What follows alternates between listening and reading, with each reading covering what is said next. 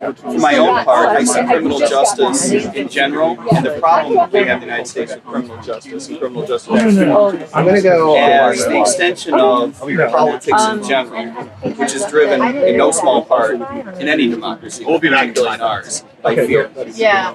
No, the vast majority of people in the United States vote in one way or another on fear, particularly when it comes to criminal justice related issues. This is where authoritarianism comes from in a democracy, generally speaking, not just in criminal justice, but everywhere. By a politician convincing you that what you have to really worry about is not the loss of your civil liberties or the attenuation from your constitution. What you really have to fear is that other schmuck coming to power. Let's do it. Let's do it. Which is why, of course, for both of the major parties, the Republicans and Democrats, the number one agenda item is keeping the other party out of power. Oh, not right now. They've each left behind, I would argue, what used to be their agenda. When I was growing up, the idea was and the other thing too, Republicans were fiscally conservative. Democrats were socially liberal. And neither one of those things is really true anymore. Nor is it true that you could find a Democrat anymore. With the possible exception of RFK2, I want to give him his due.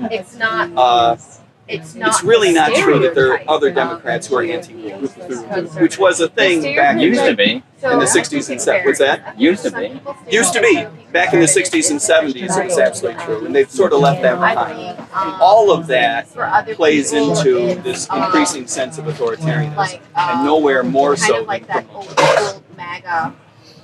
And we have, in my view, the way I break this up is two piles of problems. One is sort of the war on crime, the war on drugs, putting people away, long sentences, railroaded trials or railroaded jury plea bargains, right? And the other bucket is how we manage police.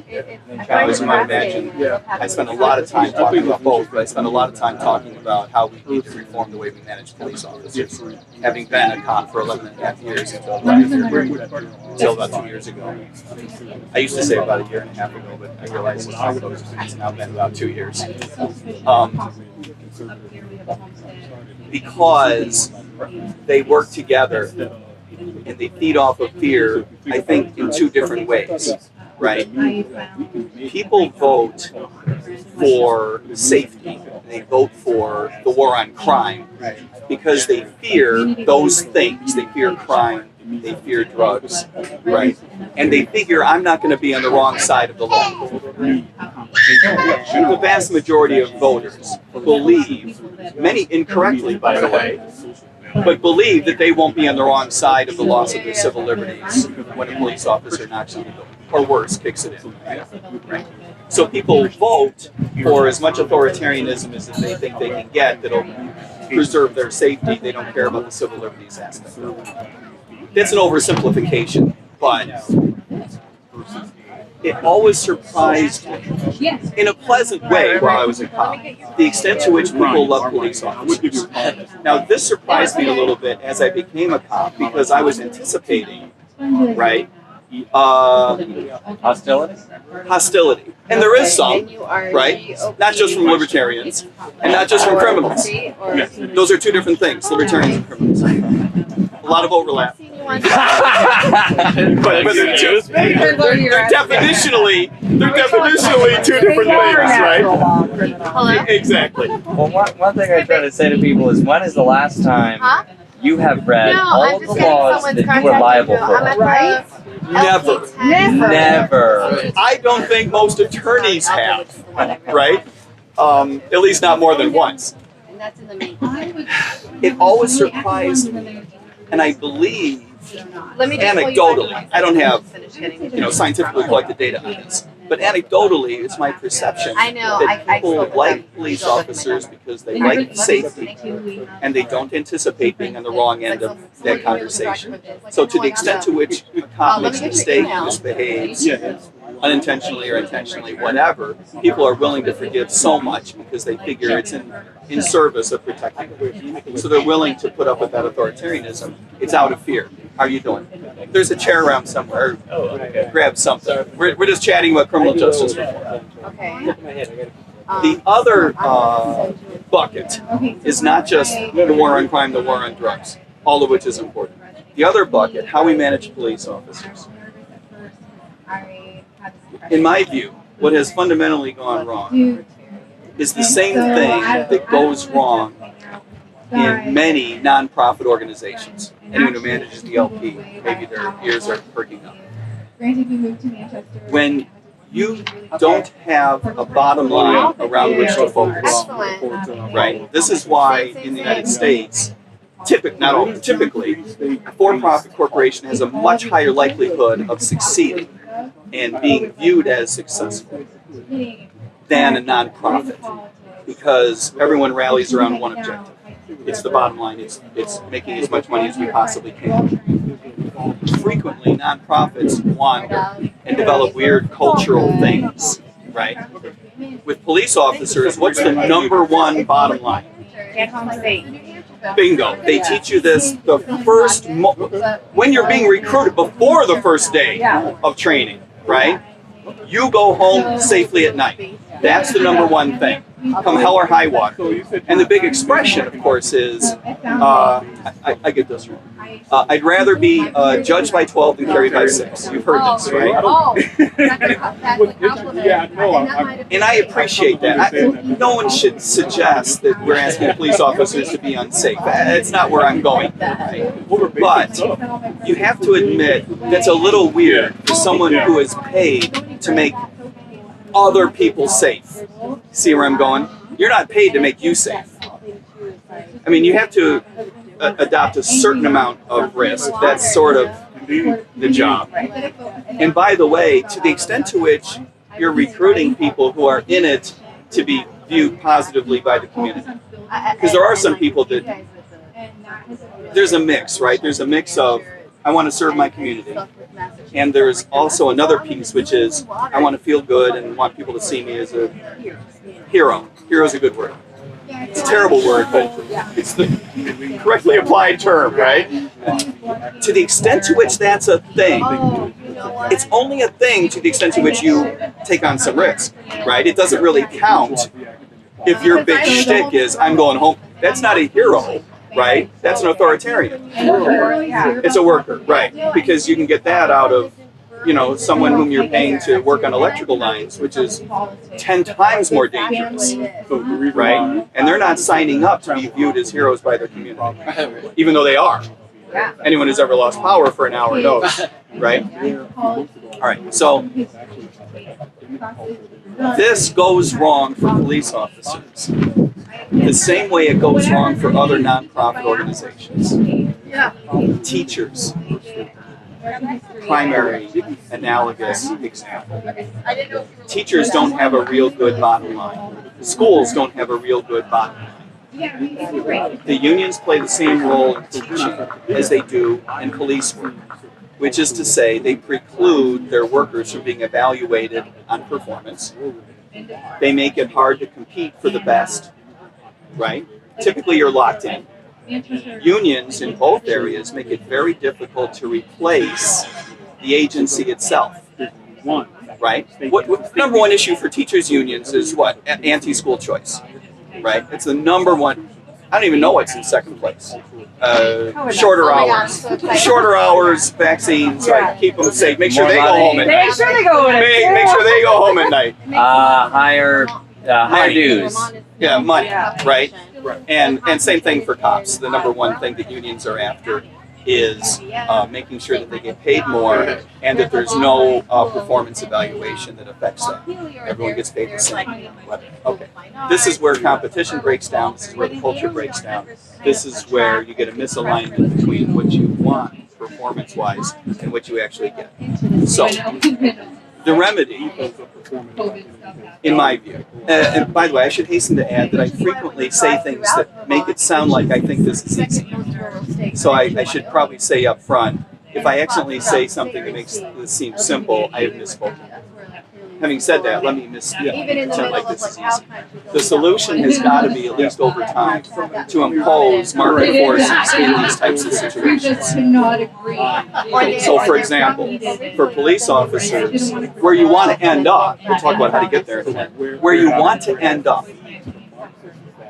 is a situation in which employees behave more like in other industries. The best employees get paid more, the mediocre get paid less, the crappy ones get fired. The employer has more involvement with hiring, training, who gets promoted, who gets disciplined and how. The community, the constituents, the community, has greater access to a more transparent mode of evaluating what's going on. Yes, there are situations, anyone who knows police officers knows that this is a real sensitive. I'm not suggesting that everything about every officer needs to be made like, you don't need the medical records of the patrol officer in your block to exaggerate, right? It's not where we're going. But a community, or at least the representatives of community, need access to what's going on. So, for example, I always believed, and I let my mayor know, that what you want to do as mayor, I worked for a smallish town, we only had 100 police officers in our agency, which is not small. Which is, yeah, it's, I mean, there are those with, Lancaster had like one. exactly, so it's 100 times bigger than that, but 1/100th the times the size of a major city, right? So, medium size. You're from Florida? Yeah. So where is this at? South Broward County. Oh, okay. Busy place. Right. Yeah, very busy place. So The right attitude, I believe, would have been for the mayor to say, I'm done negotiating on price. You know, this annual jerking around about 2% raise, 6% raise, 4%, never mind. I'll give you a $25,000 raise. I'll start you out at $100,000. I mean, honestly, given the amount of latitude police officers have, which shocked me, do you really want to be hiring these people based on price? Probably not. Having said that, give me very expensive people. I'm willing to pay a lot of money. I'll start you at $100,000. I'll work you up to $170,000 over the course of your career. But you're gonna have some great. You're gonna have great scrutiny. If I don't like the way you comb your hair one Tuesday, I reserve the right to fire your ass. Sure. Yeah, bingo. I want to be involved in who gets hired, what the training is like. In the town that I worked for, it wasn't very different than any other town. The political leadership had no idea what was going on. I don't necessarily mean that's a good or a bad thing. It's a bad thing. But however you feel about it, they had no clue. I mean, they could have had the best police department in the world, or the worst. They had no idea. When something happened, it was like, well, why did that happen? Right? Then you had to explain it to them. Now, maybe it was the right thing that, well, we took your nephew to jail because he beat up his girlfriend. And that's just how it works, right? That kind of thing happens. But plenty of times it was, why did that happen? Well, that's how the officers are trained. This is the training that your representative signed off on. I did. Yes. When the county got together and decided, here's our training, here's what we're going to do, here's how we're going to implement, right? That whole policy manual that the chief showed you annually, and they don't have a clue. Most of the city's employees are police officers. Let that sink in. In Miami, I don't know if it's most, but it's a huge proportion, right? It's a huge proportion, and a huge proportion of the budget. And I would argue, the most sensitive, tangible way your employees come into contact with the community. It's your job as a politician. I'm not trying to dump all of this on politicians. Let me dump on politicians for a moment, and then we'll go back to dumping on police officers. It's your job. It's your job to make sure that your employees' behavior aligns with the values of your community. Your job is to demand this, right? Why are you negotiating on price? And of course, it happens all the time.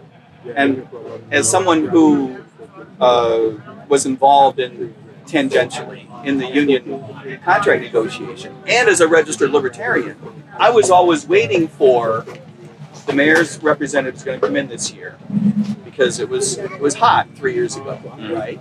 And she's going to say, this is what we want. We want more transparency. We want more flexibility. All the things that a libertarian would ask for, right? And the guys are going to say, forget it. We're not giving it to you. And this is where I'm going to be a hero. I'm going to step in without actually admitting, you know, I mean, everyone already knows I'm a libertarian. You can't hide it, right? But I'm going to step in. I'm going to be a hero. I'm going to say, whoa, whoa, whoa. Before you reject this out of hand, this is our big opportunity. Because each and every one of you knows Kevin's got to go anyway, right? Of the 100 of us, we all know which guy needs to be fired. Are you really willing to give up this chance to leverage the city into a big raise because you want to protect him? Really? Because I got to tell you, I could use the extra grand a month. You know what I mean? None of us are wealthy. We're paid well, but we're not wealthy. We could all use a few, you know, maybe after taxes, we're bringing home $500 or $600 a month. That's the conversation we're going to have, right? She never brings it up. What is wrong with you? Do you not understand how easy it would be to motivate people who actually want to be good cops? Because I shouldn't say no. Very few people sign up for the job wanting to be a shitty cop, right? Frequently, like any job where you're not sufficiently motivated and you get paid the same whether you do a good job or not, over time, you can become lazy, you can become disenchanted, and given the structure of the thing, you can turn yourself into authoritarian if you're not careful. All these things really do happen, and good, honest mistakes are made. These things happen because nobody is demanding change the culture. But I do believe that these are things that have to happen. Now, politicians we've given them enough time, right? It's apparent that they're just not either able or willing to step up to the plate.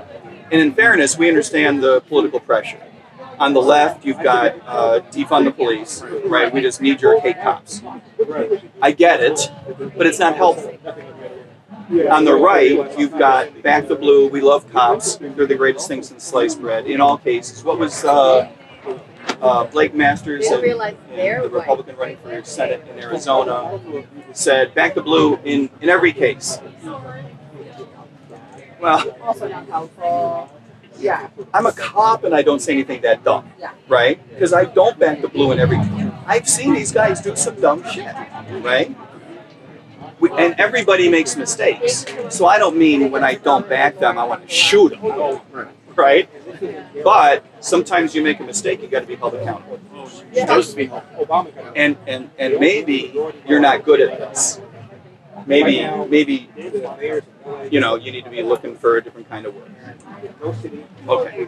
Having said that, we understand the politicians are not going to get the job. Can we also talk about the role of like prosecutors and other elected officials who feed off of that fear, right? Agreed. That's part of that. 100%.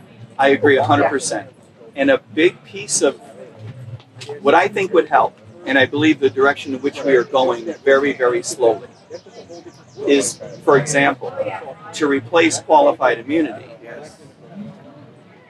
which is not as important as police officers think. But as long as they think it's important, let's use that.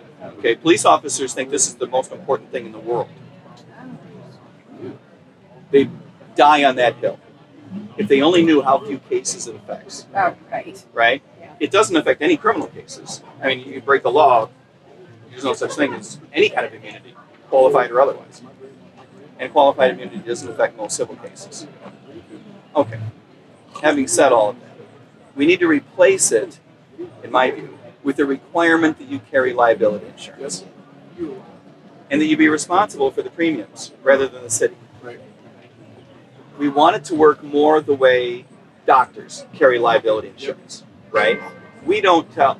Is that you calling me?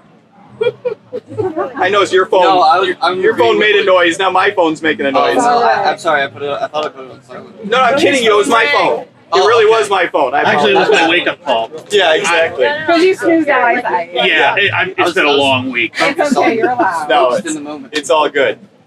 Okay, liability insurance, and you're saying they carry the premiums, which They carry the requires a higher premiums. salary, but those two. And there's a couple of different reasons for this. One is the idea, however many cases it affects, the principle that there should be something standing between you as a citizen and your ability to seek redress in court strikes me as just fundamentally un-American. Yeah. If a surgeon cuts off the wrong foot, we don't say, well, he didn't mean it, so suck it up. Right? We don't say that. We don't have to say the surgeon did it on purpose and this is going to turn into some criminal case. But someone, we believe in accountability. We believe that there should be accountability. And that's what liability insurance is for, because we're not trying to suggest, on the other hand, either, because you made a mistake at work on some random Tuesday, you got to lose your house. That's not what we're saying either. We believe in liability insurance. But the city's already kind of paying what most people would think. Yes, they do. And cities of any size are self-insured to a large extent. But if cities would put off the premiums on the officers, or if state law required them to, officers would be more sensitized to the bottom line. Sure. I see. And there could be requirements from those insurers, like.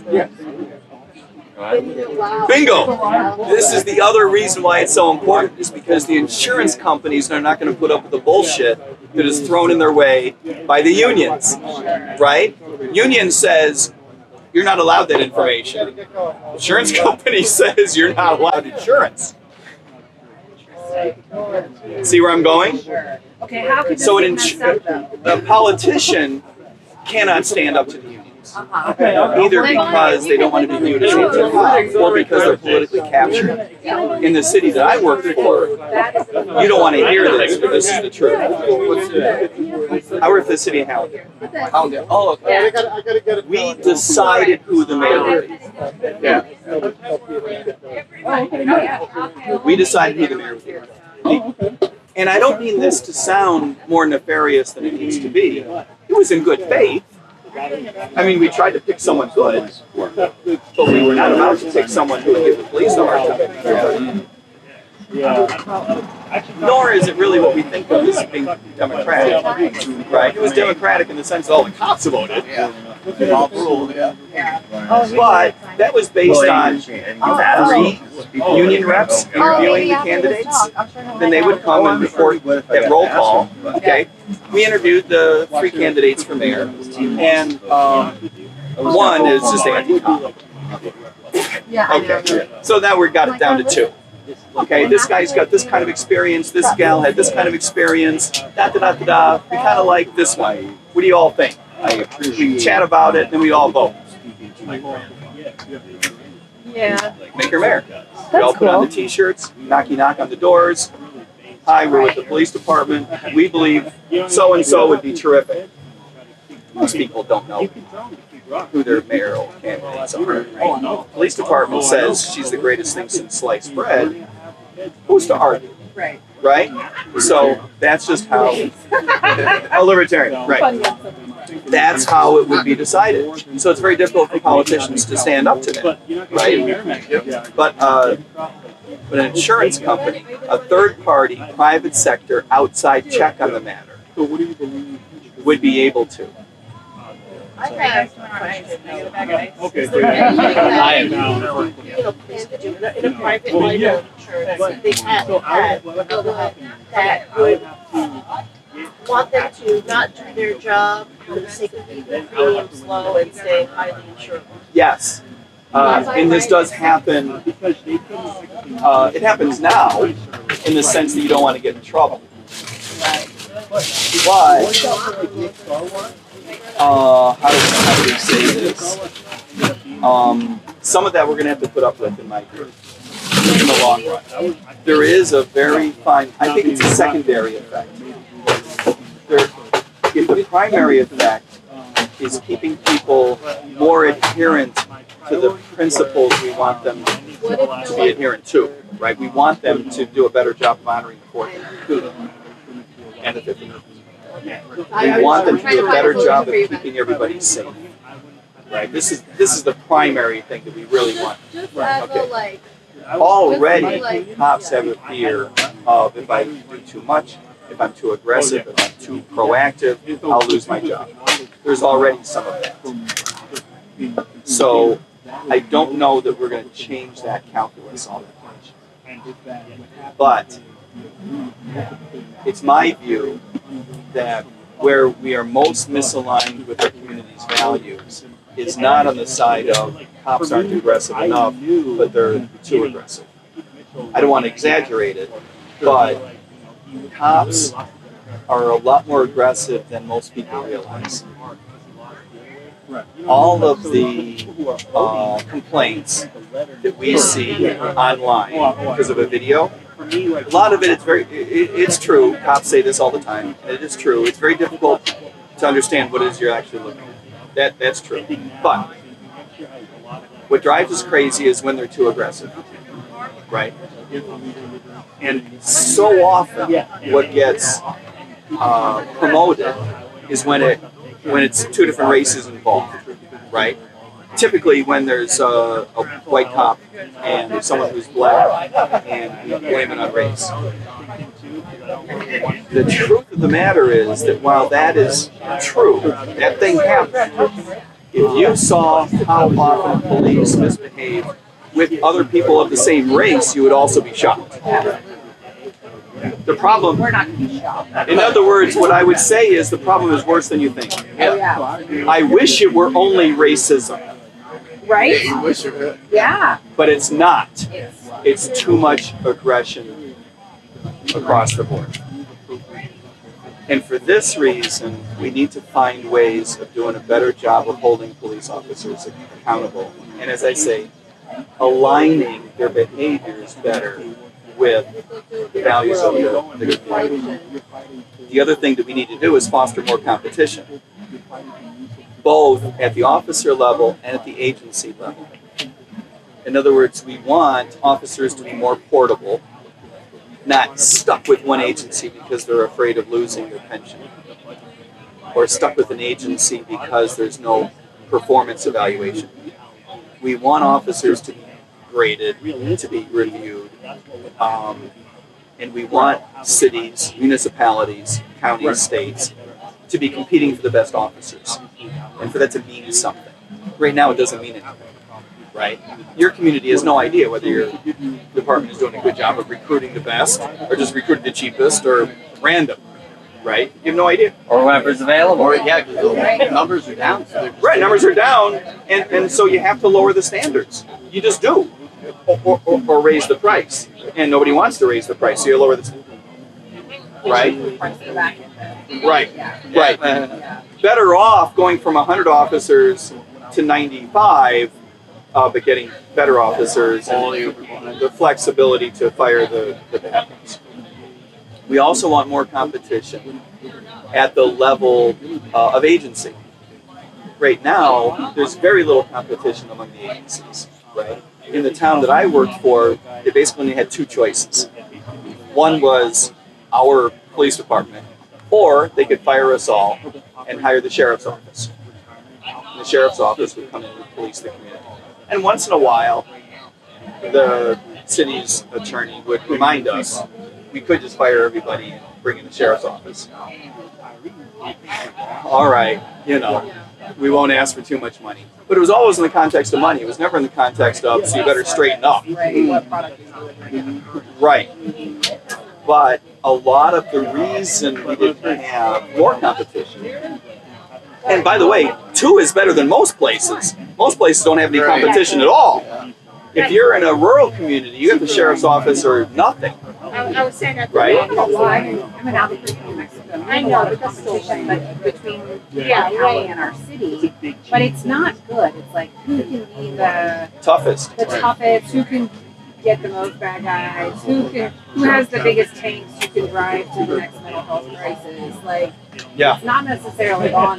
Oh, there you are. In New No, Hampshire, I get it. Where's Angela? Particularly when you're afraid and you're voting on fear. Yeah, And you're voting on authoritarianism. I want more authoritarianism. Oh, that's So where the who's other going to give me challenge more? is, right? Right. If we're trying to align with the community's standards, that's what our news is driving, that's what our prosecutors driving, that's what our governor's driving. It's a cultural problem.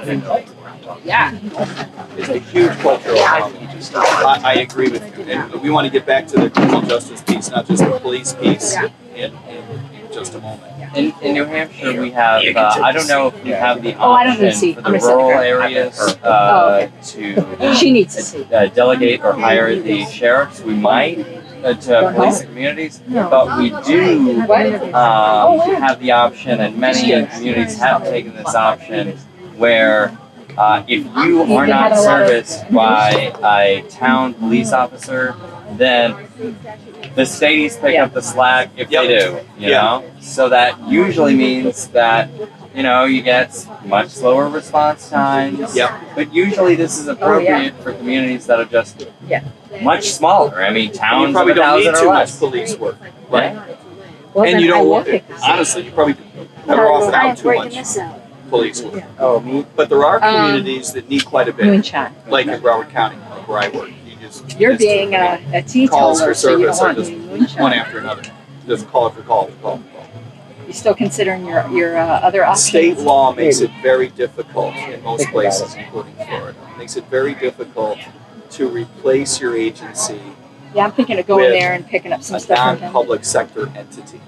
Because I have a feeling a lot of these places are State going to law run does not out support the idea by the of a weekend, private sector and I want to have company options. getting itself certified and saying, you know, I got a group and we can provide service for you.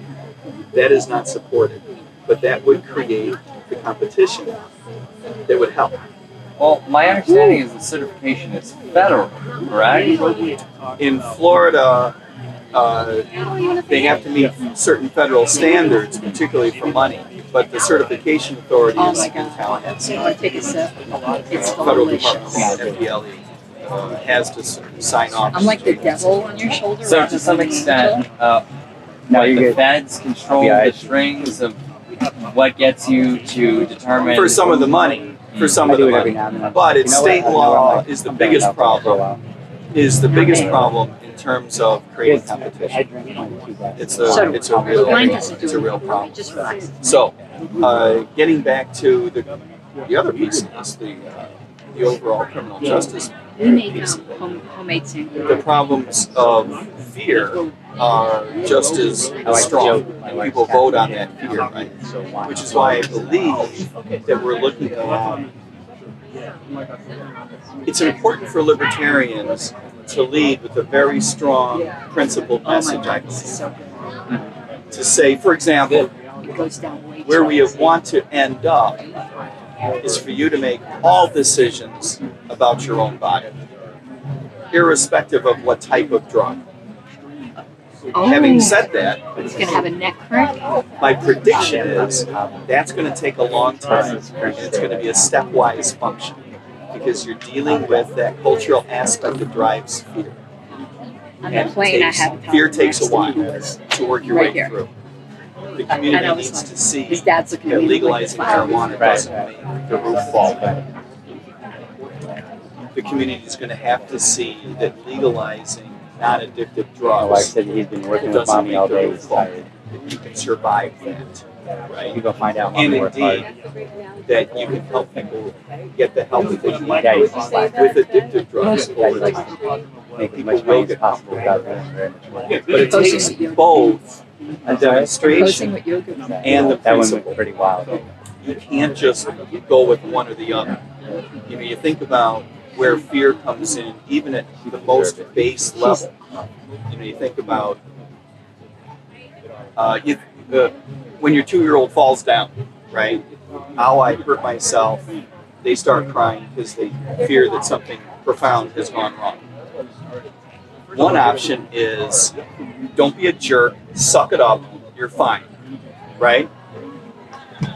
Doesn't work perfectly, okay? But there has to be an element of, okay, let me stand you up. Okay, your hands, you got a little bang. You're good. You're good. You're good. You good? Yeah. I'm good. There's got to be a piece of that. But nor can you just rely on the demonstration alone. You have to back that up with the principle by reminding them, no, you're good. You're going to be okay, right? You can't just rely on, well, he fell down several thousand times and he eventually figured out that he's not going to die. You can accelerate that process by sharing the principle and by speaking the truth of it. You know what I mean? And communities need that as well. They need leaders to be able to say, leaders are not politicians, and politicians are not leaders. But we need leaders in the community to say, you're good. You're gonna see this is gonna work out just fine. People are doing with the precinct. Bingo. Thank you. There's the demonstration effect and the communication of the principles effect. And the two of them working in tandem, hand in hand, accelerates the process. Same thing for cops. The blue culture is thick, it's robust. It will take time. Culture always takes time. But there are things that you can do to accelerate that process. Even in my relatively brief dozen years as a cop, I saw changes going in the right direction. Modest changes going in the right direction. I saw things as a rookie that were really disappointing. Right?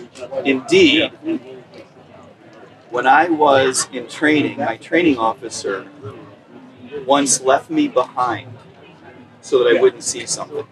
I mean, to this day, I don't know exactly, that was the point, right? So I wouldn't know exactly what it was. How bad is that? How bad is that? But the good news is, if there is any silver lining, a half a dozen years later, I'm the training officer. And I don't have to leave anyone behind. I know it does, but right? It's a little, it's not huge, right? But there's a little bit of progress there. And it's, no, Tommy, we don't knock in that door. I appreciate the enthusiasm, right? Not that I haven't kicked in a few doors myself, but it was to prevent suicide, not to, not to get to the narcotics. I still know if they would have I don't want to squelch enthusiasm. That's good stuff. But no, we don't kick in the door for that.